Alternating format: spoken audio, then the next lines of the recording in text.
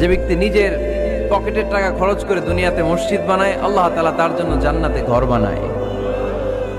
60টা জিনিস মানুষ মরে যাওয়ার পরে তার কবরে পৌঁছতে থাকে।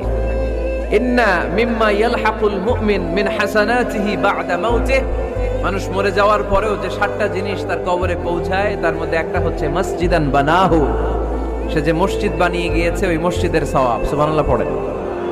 আপনি টাকা দিয়ে মসজিদ বানিয়ে দিলেন, ওই মসজিদে মুসল্লিরা নামাজ পড়ে, রোজাদাররা এসে ওখানে ইফতার খায়, তাহাজ্জুদ আদায়কারীরা তাহাজ্জুদ পড়ে, তাদের সওয়াবের কমতি হবে না, কিন্তু তাদের সওয়াবের একটা পার্সেন্টেজ সওয়াব যে ব্যক্তি মসজিদ বানালো তার আমলনামায় আল্লাহ ঢুকিয়ে দেয়।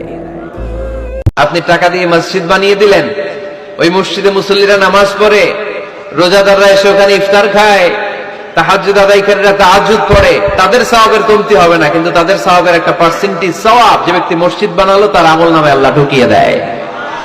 এজন্য বেশি বেশি মসজিদ বানাতে রাজি আছেন তো? আজকে মসজিদ কত দামি দামি টাইলসের, দুবাই থেকে দরজা, মালয়েশিয়া থেকে জানালা, মুসল্লি নাই।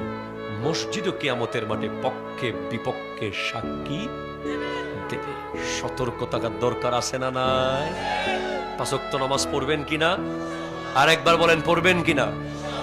আল্লাহর ঘর মসজিদ আবাদ করার মতো শ্রেষ্ঠ কাজ পৃথিবীতে হতে পারে না। এই মসজিদের কিছু আদব আছে, আল্লাহ রাসূল সাল্লাল্লাহু আলাইহি ওয়াসাল্লাম বলেছেন এই আদবগুলো মেনটেন করে যেন আল্লাহর ঘর মসজিদের সাথে আমরা ব্যবহার করি।